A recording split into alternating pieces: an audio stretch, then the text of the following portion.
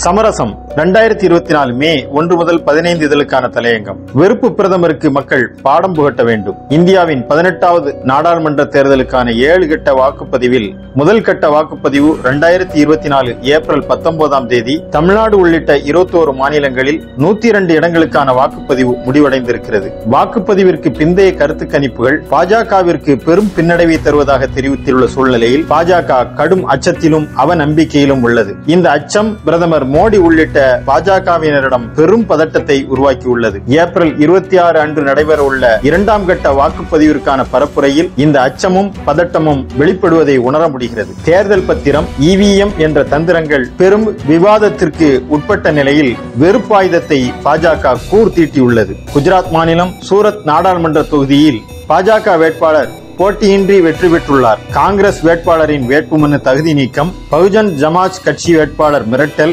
சுயேட்சை வேட்பாளர்களின் மனுக்கள் வாபஸ் மூலம், ஆபரேஷன் நிர்விரோத் மூலம் கீழ்த்தரமான நாடகத்தின் வழியே இந்த போலி வெற்றியை பாஜக ஈட்டியுள்ளது. தேர்தல் முறையையும் ஜனநாயகத்தையும் கேலி கூத்தாக்கும் தரம் தாழ்ந்த செயல் இது. இந்த நிலையில் ஏப்ரல் 21ஆம் நாள் ராஜஸ்தான் பரப்புரை கூட்டத்தில் பேசிய பிரதமர் மோடி 2006 டிசம்பர் 9ஆம் நாள் புதுதில்லியில் நடந்த தேசிய மேம்பாட்டு கூட்டத்தில் அன்றைய பிரதமர் மன்மோகன் சிங் அனைவருக்குமான வளர்ச்சியை உள்ளடக்கி பேசிய பேச்சை அப்பட்டமாக திரித்து பொய்த் தகவல்களை கூச்சமே இல்லாமல் பேசியுள்ளார். 18 ஆண்டுகளுக்கு முன்பு பேசியதை திரித்து பேசியதுடன் முஸ்லிம்களின் மீதான வெறுப்பையும் வன்மத்தையும் மோடி உமிழ்ந்துள்ளார். அதிக பிள்ளைகளை பெற்றுக் கொள்பவர்கள், ஆக்கிரமிப்பாளர்கள், ஊடுருவல்காரர்கள் என்ற மலிவான அபத்தமான சொல்லாடலை தம் குடிமக்களை நோக்கி இந்திய பிரதமர் மோடி வீசியுள்ளார். முஸ்லிம்களை நோக்கி அவர் வைக்கும் இந்த குற்றச்சாட்டுகள் பிழையானவை, கீழ்த்தரமானவை, உண்மைக்கு மாறானவை. முஸ்லிம்கள் இந்த மண்ணின் பிள்ளைகள். ஆண்டாண்டு காலமாய் தங்கள் மீது சுமத்தப்பட்ட அடிமை தலையை அறுத்து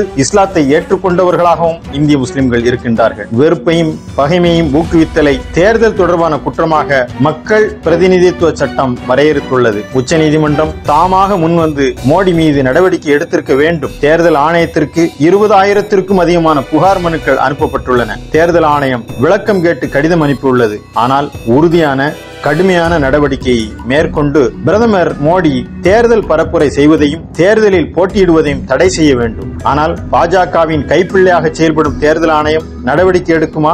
ஆணையம் நடவடிக்கை எடுக்கிறதோ இல்லையோ, வாக்கின் மூலம் மக்கள் இத்தகைய வெறுப்பு மனிதரை புறக்கணிக்க வேண்டும். மக்களுக்குள் பிளவை ஏற்படுத்தி நாட்டை துண்டாட நினைக்கும் பாஜகவிற்கு மக்கள் தகுந்த பாடம் கற்பிக்க வேண்டும். அதற்கான நல்வாய்ப்பு இந்த நாடாளுமன்ற தேர்தல்.